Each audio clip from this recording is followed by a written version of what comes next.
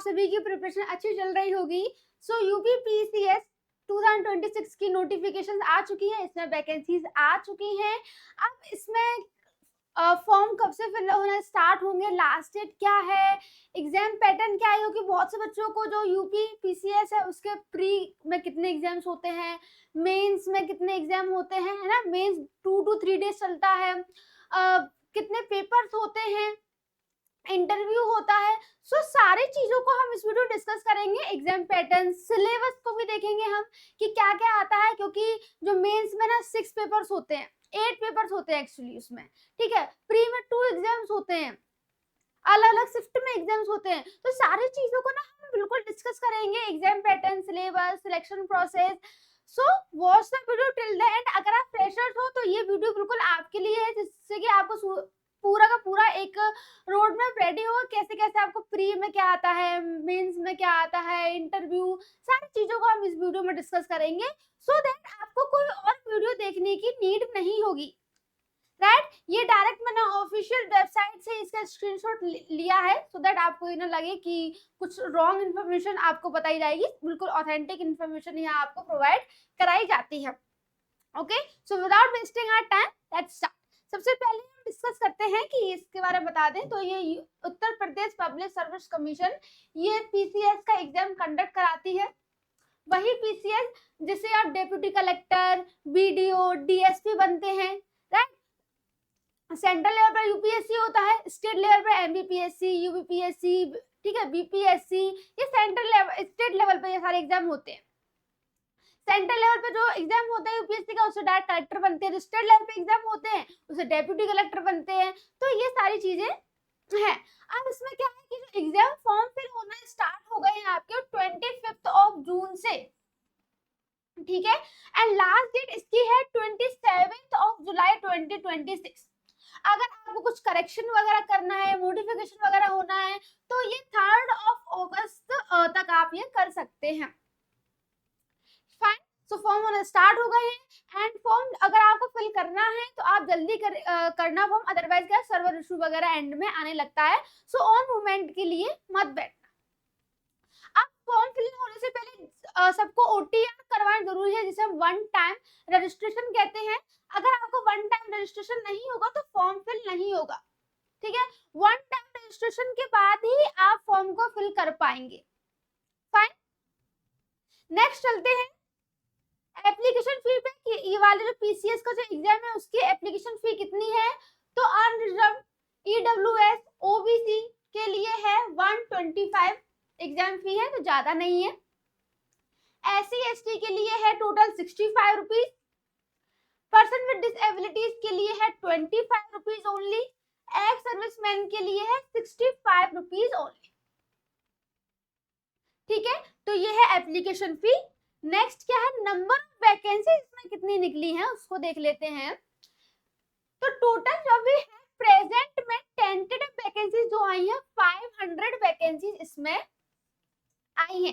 It में increase और decrease, वैसे टेंटेटिव वैकेंसी का मतलब होता है कि आगे जाके जो वैकेंसीज हैं वो इंक्रीज भी हो सकती हैं और डिक्रीज हो सकती हैं। वैसे मेजरली जो चांसेस होते हैं वो इंक्रीज होने के ही होते हैं। एक्सेप्शन वगैरह हो जाता है कि जो वैकेंसीज है वो डिक्रीज हो जाए, अदरवाइज जो वैकेंसीज है वो इंक्रीज होती है, एंड इसकी वैकेंसीज भी इंक्रीज होंगी, ठीक है। इसमें जो हम ग्रेड पे की बात करें सैलरी वगैरह की, तो 4200 ग्रेड पे से लेके 5400 ग्रेड पे तक जाता है, ठीक है। जैसे नायब तहसीलदार की जो ग्रेड पे है वो 4200 है, 4600 भी है किसी अलग पोस्ट के लिए, 5400 है, जैसे डेप्यूटी कलेक्टर बनते हैं आप, डीएसपी बनते हैं, बीडीओ बनते हैं। तो it depends on your post, ठीक है। तो ये आपकी पोस्ट पर डिपेंड करता है। इसमें डिफरेंट टाइप्स की पोस्ट है, अगर मैं आपको जूम करके बताऊं, अगर आपको नहीं दिख रहा हो, वेट अ मिनट। तो देयर आर पोस्ट,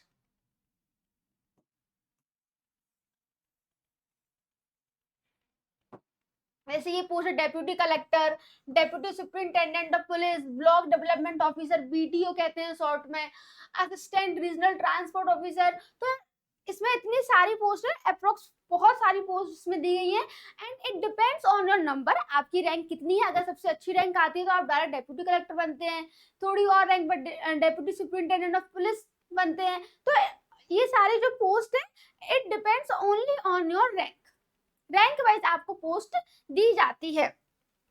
नेक्स्ट हम देखें एजुकेशनल क्वालिफिकेशन क्या है, तो आपके पास होना चाहिए the candidates must possess bachelor degree of any recognised university, तो आपके पास होनी चाहिए बैचलर डिग्री, ग्रेजुएशन आपने की हो, किसी भी ब्रांच से की हो, फील्ड से बीए, बीएससी, बीकॉम, किसी भी फील्ड से की हो, ओनली दैट कि आपके पास क्या है, ग्रेजुएशन होनी चाहिए। अब there are some specific post जिसके लिए जो एजुकेशनल क्वालिफिकेशन है, बैचलर जो डिग्री है आपकी, वो कोई और मांगी गई है। जैसे अगर आप इसके लिए अप्लाई करते हैं प्रिंसिपल गवर्नमेंट इंटरमीडिएट कॉलेज के लिए, प्रिंसिपल के लिए, तो इट्स ऑब्वियस आपके पास पोस्ट ग्रेजुएट डिग्री हो, सिर्फ अंडर ग्रेजुएट डिग्री से काम चलेगा, पोस्ट ग्रेजुएट डिग्री भी होनी चाहिए एंड बीएड होनी चाहिए, ठीक है, बिकॉज आपको प्रिंसिपल बनना है इस पोस्ट के लिए।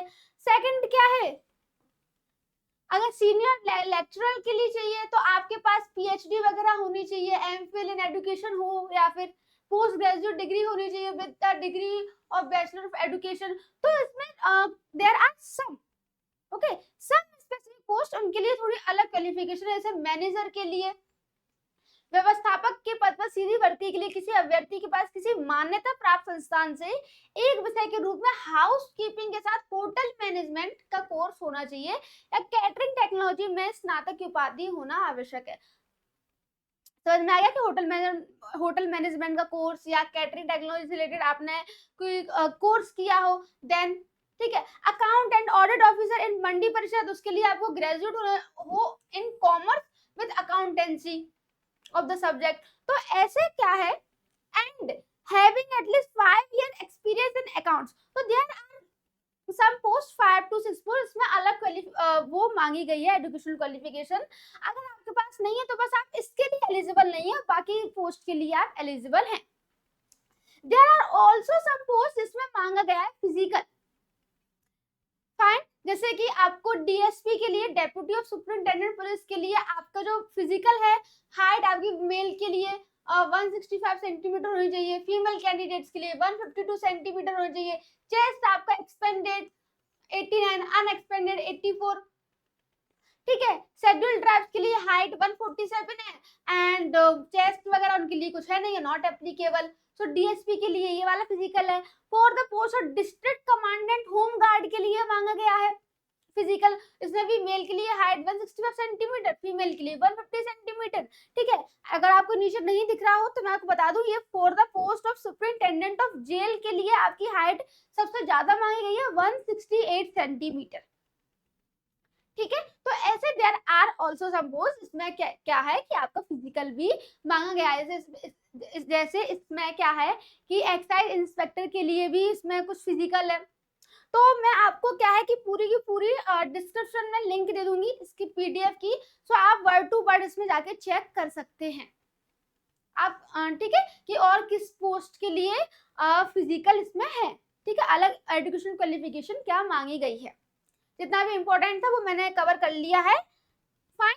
अब हम देखते हैं प्लान ऑफ एग्जामिनेशन। जो बहुत से स्टूडेंट्स को, जो फ्रेशर्स होते हैं, उन्हें आइडिया नहीं होता कि प्री में एक पेपर होता है, 2 पेपर होता है, अलग अलग शिफ्ट में एग्जाम होता है, मेंस में क्या पूछा जाता है, सिलेबस क्या होता है, राइट, सारी चीजों को हम इसमें देखेंगे। तो सबसे पहले सिलेक्शन प्रोसेस की बात करें तो सबसे पहले होगा प्री, ऑब्जेक्टिव टाइप होगा, मल्टीपल चॉइस क्वेश्चंस आएंगे प्री में, कोई भी रिटर्न, कोई भी डिस्क्रिप्टिव नहीं होता है।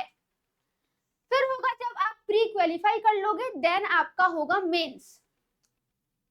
मेंस आपका होगा रिटर्न, डिस्क्रिप्टिव मोड में ये होता है, इसमें आपके objective type multiple choice questions नहीं आते हैं मेंस में, फाइन। फिर आपका होता है personality test, that is interview. Pre में क्या है, अगर हम प्री को और एलेबोरेट करें तो preliminary examination of the combined state upper subordinate services examination 2026 will consist of 2 compulsory paper. Pre में आपके होते हैं 2 पेपर, प्री में क्या हो गए आपके, प्री में होते हैं आपके 2 पेपर्स, ठीक है, OMR शीट आपको मिलती है, ऑनलाइन नहीं होता है, ऑफलाइन होता है। आपको OMR शीट दी जाती है, उसमें आपको सर्कल फिल करने होते हैं। जो राइट आंसर होगा उसके अकॉर्डिंग सर्कल फिल करेंगे। तो आपको OMR शीट बेस्ड होता है ये, ठीक है। नेक्स्ट है the syllabus for preliminary examination is mentioned in appendix. वो हम आगे देखेंगे। The paper shall be 200 marks का पेपर होता है। 2 पेपर होते हैं एंड 200 मार्क्स के ही होते हैं दोनों paper. And duration of 2 hours, 2 hours का इसमें वो होता है। आपको हर पेपर में आपको 2 आवर्स मिलेंगे। 200 मार्क्स का ये पेपर होता है। नेक्स्ट है the paper shall be 200 each and वो the paper shall be objective type and multiple choice questions होते हैं, ठीक है। ऑब्जेक्टिव टाइप आता है, इनमें there shall be 150 100 questions respectively. Paper 1 में आपका 150 क्वेश्चंस होंगे, ठीक है। पेपर 2 में आपके 100 क्वेश्चंस होंगे। 200 मार्क्स के दोनों होते हैं। The timing of paper 1 will be, paper 1 की टाइमिंग होगी 9:30 से 11:30 एंड पेपर 2 की टाइमिंग होती है 2:30 से 4:30। तो पेपर 1 अलग शिफ्ट में होगा, पेपर 2 अलग शिफ्ट में होगा, बट होता सेम डे ही है। दोनों 2 आवर्स के होते हैं, 200 मार्क्स के होते हैं। 150 200 क्वेश्चंस इसमें आते हैं दोनों एग्जाम में, ठीक है। प्री में कोई कंफ्यूजन? आई होप कि कोई भी कंफ्यूजन नहीं होगी, मैंने बहुत अच्छे से एक्सप्लेन किया है। अब हम और देख लेते हैं कि नोट करने वाली चीज क्या है। पेपर 2 जो है वो आपको जस्ट क्वालिफाई करना है।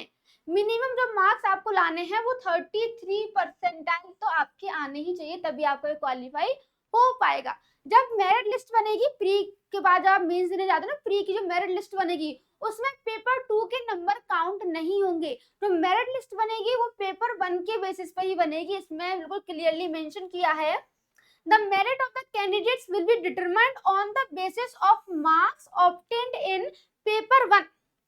तो जो मेरिट लिस्ट बनेगी वो आपके पेपर 1 के बेसिस पर ही बनेगी, पेपर 2 के बेसिस पर नहीं बनेगी प्री में। Got it? कोई doubt?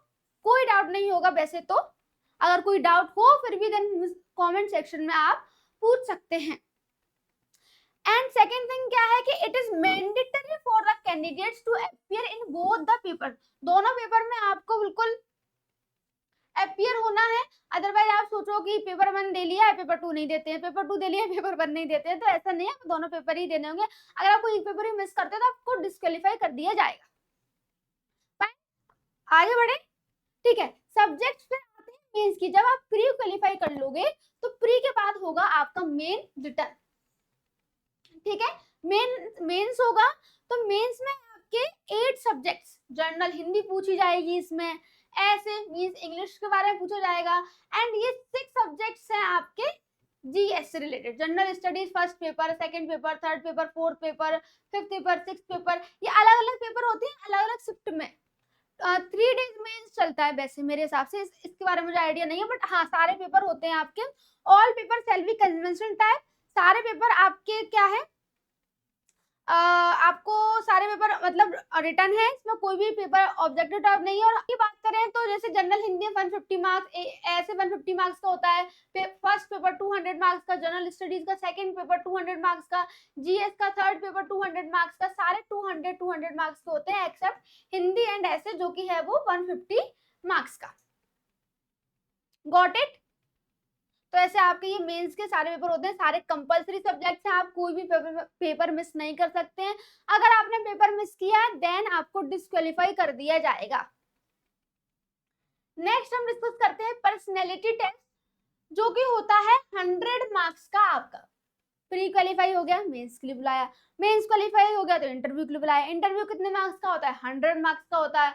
The test related to the matter of general interest keeping the, इसमें आपसे क्या पूछा जाएगा इंटरव्यू में? आपकी इंटेलिजेंस चेक की जाएगी, कैरेक्टर, एक्सप्रेशन, पर्सनैलिटी, आपकी कम्युनिकेशन स्किल, कैसे आप आंसर देते हैं, ठीक है। जनरल अवेयरनेस रिलेटेड आपसे पूछा जाएगा।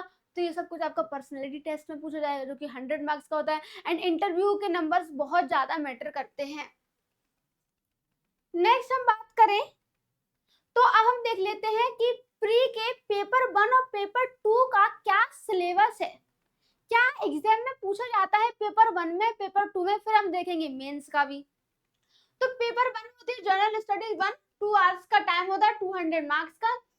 इसमें अब करंट अफेयर से रिलेटेड पूछा जाएगा, current events of national and international importance, history, Indian history के बारे में पूछा जाएगा, Indian national movement, Indian geography, world geography, physical, social, economic geography of India and the world, तो इंडिया वर्ल्ड की जो फिजिकल, सोशल, इकोनॉमिक ज्योग्राफी के बारे में पूछा जाएगा आपसे।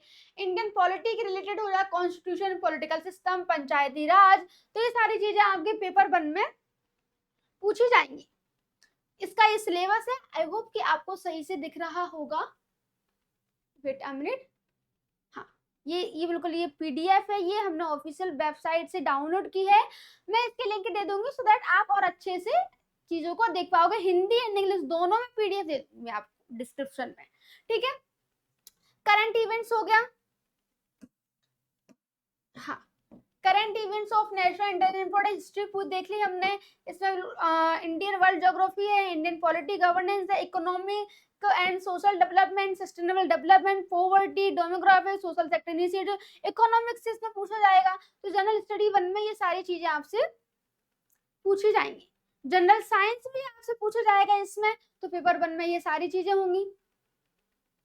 नोट क्या है, नोट करने के बाद candidates are expected to have general awareness about the above subjects with special reference to Uttar Pradesh, मतलब उत्तर प्रदेश की भी आपको जीके वगैरह करनी है, ठीक है। पेपर सेकंड में क्या आएगा, वही ड्यूरेशन 2 आवर्स की है, 200 मार्क्स की, इसमें पूछा जाएगा आपसे कॉम्प्रीहेंशन, मतलब इंग्लिश की कोई रीडिंग कॉम्प्रीहेंशन पूछ लिया जाएगा, interpersonal skills including communication skills से रिलेटेड पूछा जाएगा, लॉजिकल रीजनिंग आपसे पूछी जाएगी, decision making, problem solving reasoning होगी, mental ability, elementary mathematics up to class 10th level तक आपसे अरिथमेटिक, क्लास 10 लेवल का आपका अरिथमेटिक, अलजेब्रा, ज्योमेट्री, स्टैटिस्टिक्स पूछा जाएगा, जनरल इंग्लिश पूछी जाएगी आपको, जनरल इंग्लिश पूछी जाएगी up to class 10th level, general Hindi पूछी जाएगी आपके क्लास 10th लेवल का, ये आपसे बेसिक क्वेश्चंस आपसे इसमें पूछे जाएंगे। ऑब्जेक्टिव टाइप ये पेपर होने वाला है प्री का, पेपर 1 पेपर 2 बोथ, ठीक है। नेक्स्ट क्या है कि अगर हम बात करें मैथमेटिक्स की क्लास 10th के लेवल की, तो अरिथमेटिक में क्या आएगा आपका, number system, natural numbers, integer, rational and irrational numbers, ठीक है, रियल नंबर्स, एल्जेब्रा में factors of polynomial, LCM, HCF, ये ज्योमेट्री, स्टैटिस्टिक्स, ये सारे बिल्कुल उन्हें एक एक टॉपिक बताया है, ठीक है। तो मैं बिल्कुल पीडीएफ में आप आराम से जाके चेक कर सकते हैं। General English up to class 10th level की अगर हम देखें, इंग्लिश में क्या होगा, एक्टिव पैसिव वॉइस, देखो एक्टिव पैसिव वॉइस है, पार्ट्स ऑफ स्पीच है, transformation of sentence, direct indirect narration, punctuation, spelling error, word meaning, vocabulary, idioms, phrases, fill in the blanks, ये सारी आपसे इंग्लिश में पूछी जाएंगी। हिंदी में अगर हम देखें तो हिंदी पढ़ने वाला विराम चिन्ह, शब्द रचना, शब्द संधि, समास, क्रियाएं, विलोम शब्द, ये तो हम बचपन में ही पढ़ चुके हैं ये, बट इसमें थोड़ा अच्छे लेवल का पूछ लिया जाएगा, इतना है। पर्यायवाची शब्द, मुहावरे, लोकोक्तियां, तो ये 10th क्लास उन्होंने बिल्कुल मेंशन किया है, general English up to class 10 level, general Hindi up to class 10th level, okay. So this is all about pre का पेपर 1 एंड पेपर 2 का सिलेबस। अब हम मेंस का देख लेते हैं कि मेंस में क्या आएगा, ठीक है, मेंस का देखेंगे।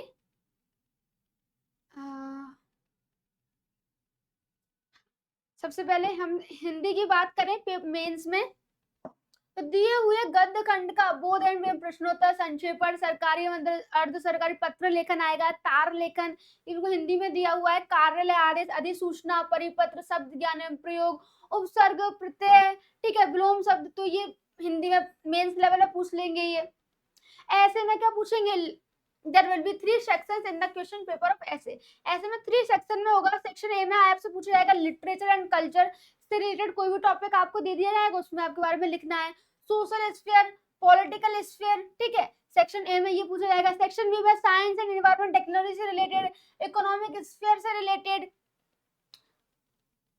ठीक है, तो ये पूछा जाएगा। सेक्शन सी में क्या पूछा जाएगा, जो इंग्लिश का जो पेपर होगा वो 3 सेक्शन में होगा, section A, section B, section C. Section C में आएगा नेशनल इंटरनेशनल इवेंट से रिलेटेड आपको कोई टॉपिक दे दिया जाएगा, ठीक है, जैसे भी वेनेजुएला, शायद ये टॉपिक नहीं आएगा sorry, natural calamities, landslides, earthquake, deluges, जो बाढ़ होती है, deluges, drought, national development programmes and projects, तो सेक्शन सी में ये आपसे पूछा जाएगा, ठीक है। अब हम बात करें main examination syllabus for general study for paper 1 to paper 6 के जनरल स्टडी, ये सारी चीजें हैं, ये बहुत डिटेल में हो जाएगा। तो अगर आपको सही से दिख नहीं रहा हो तो हम देख लेते हैं भाई। History of Indian culture, freedom struggle है ना, फ्रेंच रिवॉल्यूशन 1789 का, role of women in society and women's organisation, population and associated issues. शायद आपको दिख नहीं रहा तो मैं आपको बोल के बता रही हूँ, मेरी बातों को ध्यान से सुनना अगर क्लियरली आपको इसमें नहीं दिखाई दे रहा हो। तो जनरल 1 स्टडीज में ये पूछा जाएगा। जनरल स्टडीज सेकंड में आएगा से इंडियन कॉन्स्टिट्यूशन के बारे में पूछा जाएगा। ठीक है, इंडियन कॉन्स्टिट्यूशन के बारे में पूछा जाएगा। Functions and responsibilities of the union states की क्या फंक्शंस हैं, क्या रिस्पॉन्सिबिलिटीज हैं। ठीक है, role of finance commission in centre state financial relationship के बारे में आपसे पूछा जाएगा। तो ये सारी चीजें हैं स्टडीज 2 में, बहुत टॉपिक है। तो आपको कहीं और भागने की, किसी और वीडियो देखने की नीड नहीं है, डायरेक्ट उन्होंने मेंशन किया है। पहले आप इसके बारे में ब्रीफ में इंफॉर्मेशन कलेक्ट करो, देन आप किसी टीचर की गाइड लेना। तो ये सारा आपके जनरल स्टडीज थर्ड में issues of poverty, unemployment, social justice, inclusive growth, major crops, different types of irrigation system, storage, transport, सारी चीजों को उन्होंने बिल्कुल टॉपिक वाइज मेंशन किया है। सिलेबस के लिए आप कहीं किसी भी जगह आपको भागने की या परेशान होने की नीड नहीं है। इसमें इथिक्स एंड ह्यूमन इंटरफेस के बारे में आपसे पूछा जाएगा, है ना। Attitude, content, structure, function, it's relation with thought, behaviour, moral and political attitudes, social influence and persuasion, ये पूछा जाएगा। एप्टीट्यूड। तो ये सारी चीजें जनरल स्टडीज 4th का पेपर, ये पेपर है। इसमें क्या आपसे history, civilisation, culture, ancient cities of UP के बारे में पूछा जाएगा पेपर 5 में। Architecture and their significance and maintainability, museum, archive and archaeology of UP. उन्होंने साफ साफ क्लियरली मेंशन किया है कि जो भी पेपर 5 पूछा जाएगा वो यूपी से रिलेटेड पूछा जाएगा। जैसे ये यूपी का एग्जाम है ना पीसीएस का, तो उसमें अलग स्टेट्स के स्टूडेंट्स भी अप्लाई कर सकते हैं। ठीक है, ऐसा नहीं कि नहीं कर सकते, बस उनको जो ऐसे एससी के एमपी के लोग हैं तो उनको रिजर्वेशन नहीं मिलेगा फिर यूपी के वाले एग्जाम में, वो जनरल कैटेगरी में ही काउंट होंगे। फाइन। सो ये सारी चीजें हैं, ये सारे टॉपिक हैं जनरल स्टडी 6 पेपर में देखा जाएगा। तो overview of economy of UP, ठीक है, trade, commerce and industries of UP government schemes, सारी चीजें इसमें पेपर 6 में भी यूपी के बारे में पूछा जाएगा। यूपी में भी the Uttar Pradesh subordinate excise service rules, this is different thing. क्या है ये, इसको भी देख लेते हैं। ये पेपर ये है relevant service rules of related post से रिलेटेड ये चीजें हैं। फाइन। तो ये था इसका सिलेबस। आई नो आपको इस समझ में नहीं आया होगा, इसलिए मैं कह रही हूँ बार बार कि पीडीएफ दे दूंगी, आप पीडीएफ डाउनलोड करके अच्छे से आराम से देख सकते हैं। सिलेबस को आप आराम से नोट भी कर सकते हैं, जिससे कि आपको बार बार देखने की नीड ना हो। तो वैसे एग्जाम पैटर्न का तो समझ में आ गया होगा ना कि प्री में 2 पेपर होंगे, अलग अलग शिफ्ट में होंगे। मेंस में भी पेपर्स होंगे, 8 पेपर्स होते हैं, 6 पेपर्स तो जीएस के ही होते हैं, एक हिंदी का होता है, एक इंग्लिश का होता है। तो ये भी चीज समझ में आ गई होंगी। उसका इंटरव्यू होता है ना, कितने मार्क्स का है, ये सारी चीजों को हमने देख लिया है। अब मुझे नहीं लगता कि आपको कोई इसमें प्रॉब्लम होगी। अगर कोई भी प्रॉब्लम है देन आप मुझसे कमेंट सेक्शन में आराम से पूछ सकते हो, मैं इसका बिल्कुल आपको रिप्लाई दूंगी।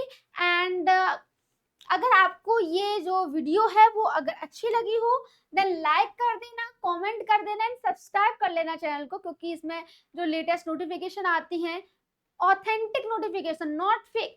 ऐसा नहीं कि अगर 30 वैकेंसीज निकली तो मैं बिल्कुल चिल्ला चिल्ला के बोलूंगी बम्पर वैकेंसीज है, बम्पर वैकेंसीज है, ऐसे नहीं बोलूंगी। जो भी होगा बिल्कुल आपको रियल इसमें इंफॉर्मेशन आपको प्रोवाइड कराई जाती है। Okay, so thank you so much.